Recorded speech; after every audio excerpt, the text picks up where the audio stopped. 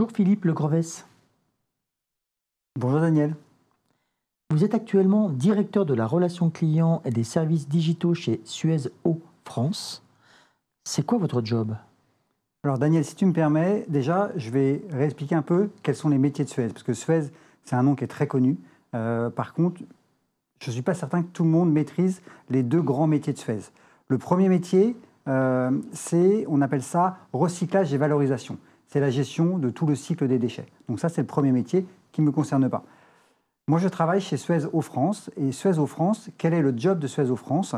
On prélève l'eau dans le milieu naturel, on la ramène jusqu'à une usine de traitement, on l'assainit, on la remet dans les tuyaux pour aller jusqu'à ton robinet, tu la consommes, tu la rejettes, on la récupère, de nouveau les tuyaux, on la remet dans une autre nouvelle usine, une usine d'assainissement, on l'assainit et on la remet dans le milieu naturel. Voilà, ça, c'est le job de Suez. Et Suez Eau France signe ce qu'on appelle des DSP, des délégations de services publics avec des collectivités qui nous mettent à disposition ces infrastructures, ces usines, ces réseaux pour prester le service de l'eau. En ce qui me concerne, j'ai la responsabilité de tout ce qui touche à ce qu'on appelle les clients abonnés. J'ai 4 types de clients d'abonnés. J'ai le particulier qui a une maison sur le territoire, premièrement. J'ai ce qu'on appelle les syndics et les bailleurs sociaux. Là, c'est ce qu'on appelle le vertical, les immeubles. En général, les usagers payent l'eau dans les charges. Donc moi, je ne connais pas ces usagers-là, en tout cas pas en direct. Moi, je connais le syndic et le bailleur qui me paient les factures. Deuxième catégorie. Troisième catégorie, c'est les professionnels.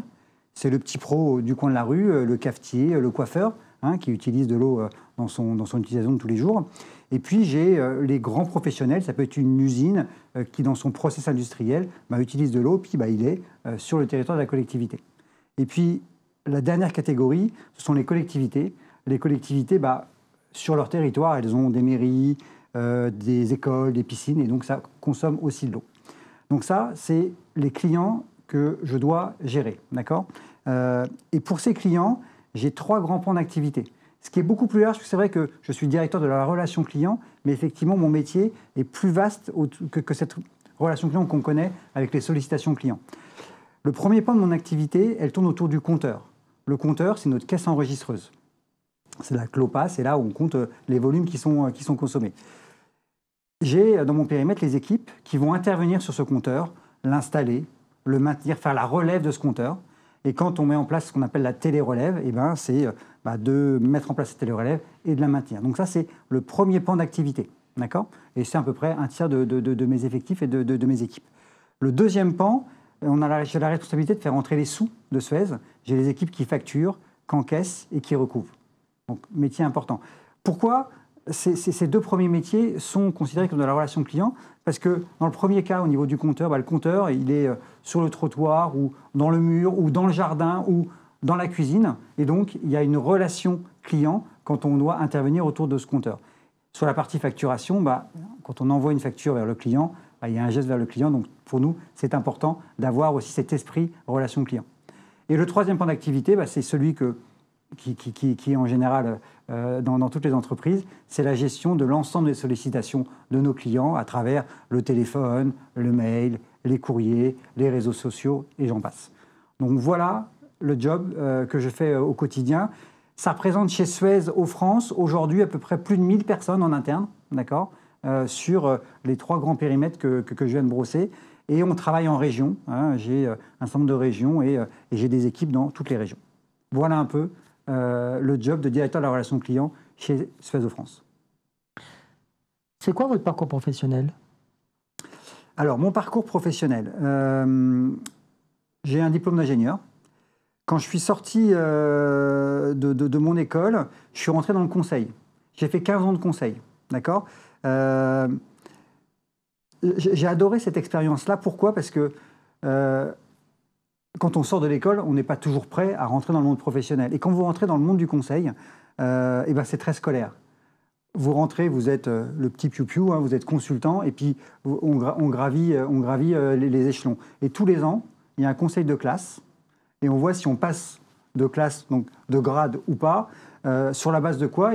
Des notes qu'on a eues dans les différentes missions qu'on a fait dans l'année. Et c'est hyper formateur, parce que quand on commence, on travaille avec des personnes plus seniors qu'on ne l'est, et donc on apprend. Donc voilà, donc une partie conseil où j'ai travaillé sur beaucoup d'industries, beaucoup d'industries, et sur plein de typologies différentes. Ça peut être des jobs un peu plus stratégiques, mais du système d'information, des grands projets de transfo, avec de la conduite du changement. J'ai eu le droit à la bulle Internet, etc. Et j'ai commencé 2 ans chez A.T. Kearney, et ensuite j'ai rejoint Arthur Andersen, qui est devenu aujourd'hui Bearing Point. Donc voilà, 15 ans dans le monde du conseil.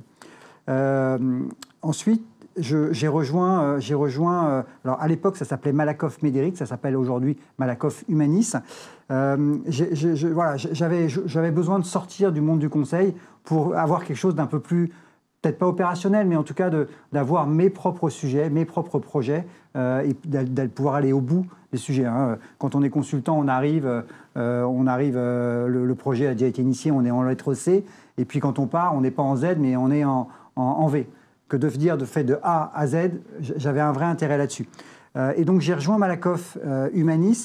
À l'époque, c'était dirigé non pas par Nicolas Sarkozy, mais par Guillaume Sarkozy. Et M. Sarkozy voulait des personnes pour venir transformer l'entreprise. Voilà, il avait beaucoup d'idées et il voulait mettre en place un grand plan de transformation. Donc j'ai rejoint une petite équipe et j'ai fait pendant 1 an et demi, 2 ans, des gros projets pour transformer Malakoff Médéric. Et puis, j'ai eu l'opportunité de basculer dans le monde opérationnel et de prendre le poste de directeur de la relation client. Donc, chose que j'ai faite. Et ça, j'ai fait ça pendant 3 ans. Et en 2018, je me suis fait chasser par Suez. Le job, comme je vous l'ai présenté, était hyper intéressant. Donc, j'ai rejoint Suez. Donc, voilà un peu mon parcours. J'ai résumé les grandes lignes. Quelles sont les 2 dates les plus marquantes pour vous? Les 2 dates les plus marquantes pour moi. Alors, bon, je ne peux pas éluder le côté personnel. Je pense que la naissance de mes enfants en 2006, pour moi, c'est une date qui est clé. En plus, j'ai eu la chance d'avoir des jumeaux, un garçon et une fille, le choix du roi, en one shot, donc l'efficacité. Et donc, avec ma femme, on a arrêté. On en avait 2, c'était parfait. Donc voilà, 2006 pour le clin d'œil un peu personnel. Et puis, je vais te donner un deuxième moment. Alors, je ne vais pas réfléchir à la date précise, mais comme aujourd'hui, je suis passionné par la relation client, quand je suis rentré chez Malakoff Humanis et que j'ai eu la chance de pouvoir passer du monde des projets à un job opérationnel, où là, voilà, vous avez des équipes au quotidien avec des indicateurs à suivre. Donc voilà, donc je prendrai aussi cette deuxième date-là. De quel métier rêviez-vous enfant? Alors écoute, je vais te faire une réponse conventionnelle. Pilote d'avion. Mais j'ai vite compris que, ayant des lunettes, alors là je ne les ai pas, mais ayant des lunettes, ça allait être compliqué. Mais je vais t'en donner un deuxième et faire un clin d'œil, et puis je pense que ça fera un lien avec la relation client.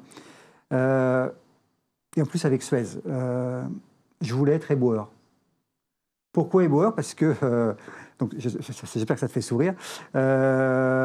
Pourquoi éboueur? Parce que quand j'étais petit, à la fenêtre, je me mettais à la fenêtre et quand les camions poubelles, allez, moi j'appelais ça les camions poubelles, passaient, je trouvais ça un truc, c'était dingue. Et puis, ces gens qui ramassaient les poubelles avaient toujours un petit geste sympa, un petit signe, etc. Et donc, je pense qu'il était déjà dans la relation client, il faisait ce petit signe-là. Et puis, tu vois, c'est un clin d'œil sur ce que je te disais chez Suez. Il y a la partie recyclage et valorisation, donc un lien avec les déchets. Donc voilà, je voulais être éboueur. Alors, je ne devrais pas dire éboueur parce que chez Suez, on dit des reapers. Donc je voulais être reaper. Qu'est-ce qui vous a fait tomber dans la marmite de l'expérience client? La marmite de l'expérience client. Alors, je pense que dans la relation client, il y a des courants. D'accord? Des courants, pas des courants de pensée, mais voilà, des courants. Je vais te donner des exemples. Pour moi, quand je vois tous mes pairs, il y en a beaucoup qui viennent du monde des telcos. Beaucoup. Hein. Chez SFR, chez Bouygues, il y a toute une famille qui sont telcos. Il y en a d'autres qui sont banque assurance. Moi, je viens du courant Canal+. Alors, je ne t'ai pas cité Canal+, parce que je n'ai pas travaillé, je n'ai pas eu un CDI chez Canal+, mais quand j'étais consultant, j'ai fait une mission chez Canal+, longue durée. Et le projet était hyper intéressant. Les équipes avec qui j'ai bossé, internes à Canal et externes du cabinet de conseil, ont été vraiment une super équipe. Et avec les internes de Canal+, j'ai gardé plein de contacts. Il y en a plein qui sont aujourd'hui dans le monde de la relation client. Et donc, voilà, moi, je dis que je suis de l'école Canal+, et puis avec l'esprit Canal. Quel est votre regard et quel est votre regard sur l'avenir de la profession? Alors, écoute, comme toutes les professions, je pense qu'on est en pleine transformation. On parle beaucoup d'intelligence artificielle. Et je pense que l'intelligence artificielle va révolutionner, et j'appuie sur le mot révolutionner, notre métier. Et ce n'est pas demain, c'est aujourd'hui. C'est vraiment aujourd'hui. Je pense qu'il y a certains métiers où ça va être un petit peu plus de temps. Mais il y a des métiers, et je sais qu'on en a discuté, où ça va être tout de suite. Les ressources humaines, le juridique. Et je pense que la relation client, ça va nous bouleverser. Je vois deux aspects aujourd'hui autour de ça. Le côté téléconseiller augmenté, d'accord, d'avoir cette petite mascotte à côté de sa tête qui se dit bah, tiens, là, tu pourrais lui proposer ceci, tu pourrais lui dire cela. Ça, je pense qu'aujourd'hui, ça existe déjà et ça va se démocratiser. Et puis, le deuxième aspect, bah, c'est oui, effectivement, bah, de pouvoir répondre à travers un bot. On le fait déjà, mais là, maintenant, on a vraiment une techno qui est plus que mature et on va être capable de le faire. Je suis transparent, je n'ai pas une boule de cristal, je ne sais pas ce que ça va donner, mais on va y aller directement. Par contre, effectivement, il faudra qu'on mette des garde-fous. Moi, en tout cas, j'ai une conviction. Je pense que quand... J'ai du mal à dire demain, quand dans quelques jours, on va le mettre en place, il faudra toujours donner quand même le choix au client. À un moment donné, vous voulez parler à un téléconseiller, je vous le passe. C'est-à-dire de pouvoir passer et pas dire, si une personne est perdue avec le robot, ça ne fonctionne pas, de pouvoir passer via un conseiller en vrai. Voilà. On a vécu déjà plein de révolutions, mais celle-là, je pense qu'elle va être très très forte. Quel héritage souhaitez-vous laisser? Quel héritage? Je me considère comme un manager. Donc, bien évidemment, sans mes équipes, je ne serais rien. Donc, moi, mon credo, c'est de faire apprendre des choses à mes équipes. Donc, moi, mon héritage, c'est avoir des équipes qui, derrière, sans moi, sont capables de faire. J'ai eu un patron qui a quitté Suez il n'y a pas très longtemps, qui m'avait dit « Philippe, si tu as bien fait ton job, eh ben, quand tu pars, il faut que derrière, le job il continue à tourner. Si ça ne tourne pas, quand tu n'es plus là, bah, c'est que tu n'as pas bien fait ton job. » Donc pour moi, voilà, c'est d'apprendre à mes équipes, de les rendre autonomes et entre guillemets, qu'ils n'aient plus besoin de moi. Avez-vous des regrets? Non, j'ai pas de regrets. Je pense qu'il faut pas regarder derrière. Ouais, j'ai fait des choix dans ma carrière où j'ai eu des opportunités, des choses que j'ai prises, des choses que j'ai pas prises, des choses que j'ai prises, puis ça n'a pas fonctionné. Et puis, mais ça m'a permis de rebondir. Donc non, je pense qu'il faut pas avoir de regrets dans la vie. Faut pas regarder derrière. Il faut avancer. Il faut pas avoir de regrets. Non, pas de regrets. Avez-vous une belle expérience client à nous partager? Oui. Alors, je vais vous donner une bonne expérience et une moins bonne expérience que j'ai eue très, très récemment. La bonne, je vais citer la marque. La moins bonne, je ne la citerai pas. Je trouve ce que fait Amazon est exceptionnel sur la relation client. Ils sont très décriés dans plein d'autres aspects. Mais sur la relation client, quand vous êtes client Amazon, ils font quelque chose que je pousse auprès de mes équipes. Ils font confiance aux clients. Si vous les appelez, vous dites que votre colis, vous ne l'avez pas reçu, alors qu'eux, ils ont la preuve que le colis il a été mis dans la boîte aux lettres. Ou si vous les appelez, vous les sollicitez parce que vous avez reçu, c'est abîmé ou ça ne vous convient pas, rarement, ils vous embêtent. Vous avez raison. Et ils vous donnent une solution rapidement pour que je puisse renvoyer, ou ils vous renvoient le produit, ils vous remboursent, etc. Ça, je trouve qu'ils sont très forts par rapport à ça. Et je pense que où ils ont raison, c'est qu'ils gagnent du temps par rapport à tout ça, et le temps, c'est de l'argent. Ma mauvaise expérience, c'est une compagnie aérienne. J'étais là pendant les dernières vacances avec ma famille, on est parti au Maroc, Et arrivé à Marrakech, alors, je ne sais pas si c'était une bonne expérience, mais je descends de l'avion, j'ai reçu un SMS. Ah, votre bagage est resté à Roissy. Bon, alors, bonne expérience, ils m'ont prévenu. Effectivement, les valises de mes enfants et de ma femme arrivent tout de suite. Pour une fois, ouais, mais le mien n'arrive jamais. Et là, on dit, bon, qu'est-ce que je fais? On arrive au Maroc, donc il faut téléphoner. Donc, j'ai appelé la compagnie. La compagnie était incapable de me renseigner. Elle me dit, oui, votre valise elle est toujours à Roissy. On essaie de le mettre sur le prochain vol, mais aucune certitude. Avec mes enfants, on partait à 400 km plus loin. On ne restait pas à Marrakech, donc je ne pouvais pas revenir. Parce que... il n'y avait pas l'antenne qui allait bien pour m'amener ma valise, comme quand vous êtes à Paris, chez vous. Non, non, là, il fallait que je revienne. Donc, c'était juste impossible. Donc, vraiment, j'ai appelé. Très, très mauvaise expérience. C'est heureusement le petit gars qui gérait les bagages perdus et puis ce genre de sujet-là à Marrakech qui m'a le plus soutenu, le plus renseigné. Lui a vu à un moment donné, ah, si, votre valise, elle est prévue sur le prochain vol. Bon. J'ai attendu 6 heures que le vol d'après arrive pour récupérer ma valise. Elle est arrivée. Voilà. J'ai reçu une enquête de satisfaction de la part de la compagnie. J'y ai répondu. Vous vous doutez, en n'étant pas du tout satisfait. Je pensais qu'ils allaient me ressolliciter, comme je demande à mes équipes de faire. Hein, quand on a une enquête de satisfaction où on met un 0, s'il y a un commentaire, il faut rappeler juste un 0 sans rien, on dit bon. On ne peut pas comprendre pourquoi. Mais bon, je n'ai pas encore été rappelé. Donc voilà, une bonne, Amazon, une moins bonne, une compagnie aérienne. Né la même année que l'homme d'affaires Elon Musk, d'où vous vient cette énergie, cette combativité?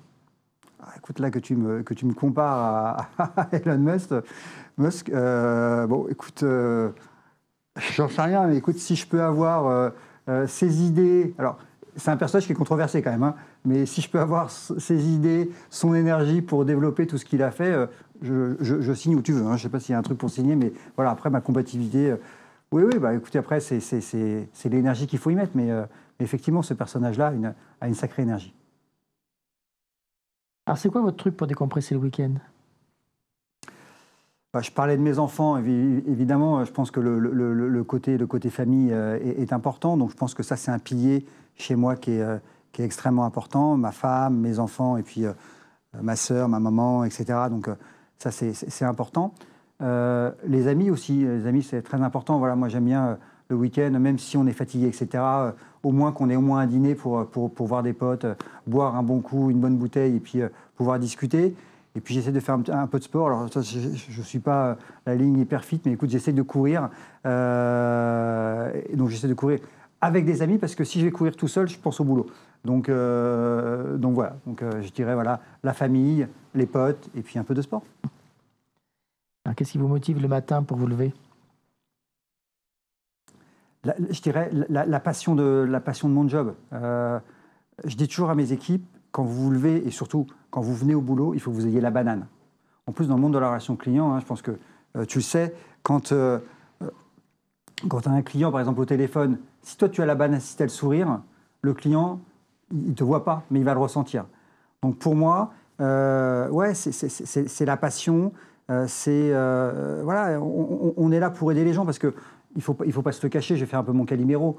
Quand on nous sollicite, c'est rarement pour nous dire « Ah, c'était génial, j'ai reçu ma facture, exceptionnel, le montant, parfait ». Non, c'est qu'il y a un souci, c'est qu'il y a des questions, c'est qu'il y a un problème à régler. Donc voilà, c'est de se dire ouais, « Tiens, aujourd'hui, j'ai aidé mes clients, quoi ». Donc voilà, moi c'est ça, c'est cette passion. Et puis aussi de retrouver mes équipes. Hein, comme je te le dis, voilà, moi je suis là pour apprendre. Et puis si je peux aussi leur faire apprendre quelque chose, c'est tout bonus. As-tu des modèles dans ta vie? Alors, tu m'as cité tout à l'heure Elon Musk. Non, alors j'aurais pas pris Elon Musk, mais je t'aurais dit Steve Jobs. C'est un peu le même modèle, hein, je pense. Hein, quelqu'un de génie qui a eu des idées de fou, qui a eu un creux, mais quand il est revenu avec les iPods, les iPhones, tous ces trucs-là, c'est un truc de dingue. Et puis, je regarde pour essayer de mieux intervenir aussi un peu en public. Et je regarde quand il fait ses shows, sa présentation de ses produits, etc. Alors je sais que c'est hyper préparé, mais tu as les blancs au bon moment, as l'appui sur le mot qui va bien, tu as la petite démo, l'image derrière, etc. Ouais, je trouve que c'est fort. Donc je pense que c'est un bon modèle. Ouais. Un film préféré? Ah, tout à l'heure, je te citais, tu me demandais là pour les métiers, je t'avais dit avant de me dire Reaper, j'avais dit pilote d'avion. Écoute, je vais te dire Top Gun. C'est un film que j'ai adoré quand j'étais jeune. Ça l'a remis sur le devant de l'écran là, avec le deuxième opus. Et puis voilà, c'est un truc, moi j'adore les films d'action, donc je regarde beaucoup. Et puis, si je devais faire un parallèle par rapport à ce que je suis, film d'action, quand même pas mal d'émotions. Et si je dois faire un lien avec la relation client, je dirais, tiens, si, j'ai trouvé.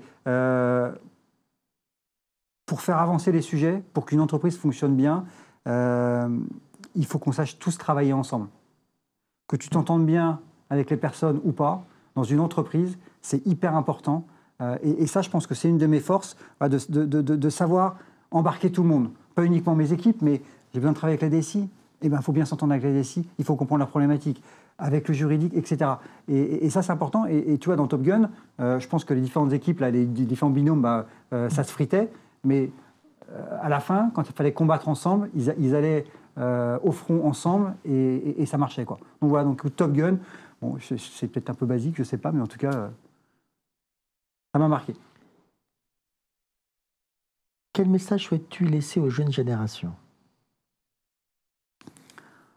Là, tu me demandes, c'est une grande responsabilité, là, ce que tu me demandes. Je dirais oser, surtout quand on est jeune. Quand on est jeune, il y a plein de choses à faire. On parle de l'intelligence artificielle tout à l'heure. Ouais, nos métiers vont changer. Nos métiers vont changer, mais je pense qu'il faut essayer. Tu me disais si j'avais des regrets, pas de regrets. On peut tomber, il faut se relever.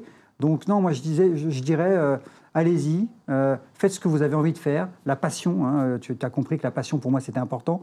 Donc la passion, trouvez quelque chose qui vous botte et puis go. Et puis si ça marche pas, et ben vous trouverez autre chose. Qu'est-ce qui fait encore courir Philippe?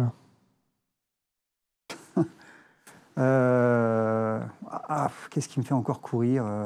J'aurai encore quelques années à faire, hein, malheureusement. Je me répète, hein, ouais, c'est la passion, c'est ouais, moi ce que je fais, ça me botte. Le monde, je suis tombé, comme tu disais, dans la marmite de la relation client. J'y suis tombé et puis même si c'est une marmite, je suis comme dans un poisson dans l'eau. Donc voilà, de continuer de faire ce job-là, qui est un métier hyper large, avec plein de tenants, plein d'aboutissants. Ouais, c'est ça. Cette passion pour mon métier. Pour conclure, Philippe, quel message as-tu laissé sur le livre d'or? Ah, le fameux livre d'or, là. Alors écoute, c'est une citation, et pour être franc, c'est quelqu'un de mes équipes qui me l'avait mis à l'oreille, et je trouve ça, en tout cas, je trouve que c'est important dans le monde de la relation client. Quand c'est possible, dites oui à votre client, et quand c'est impossible, trouvez la solution. Voilà, satisfaction client, je pense que c'est hyper important. Un grand merci Philippe pour ce moment authentique de partage et plein de passion. C'est la fin de ce numéro, je vous donne rendez-vous pour le prochain checkpoint sur A News Experience Client. Encore merci Philippe. C'est moi qui te remercie Daniel.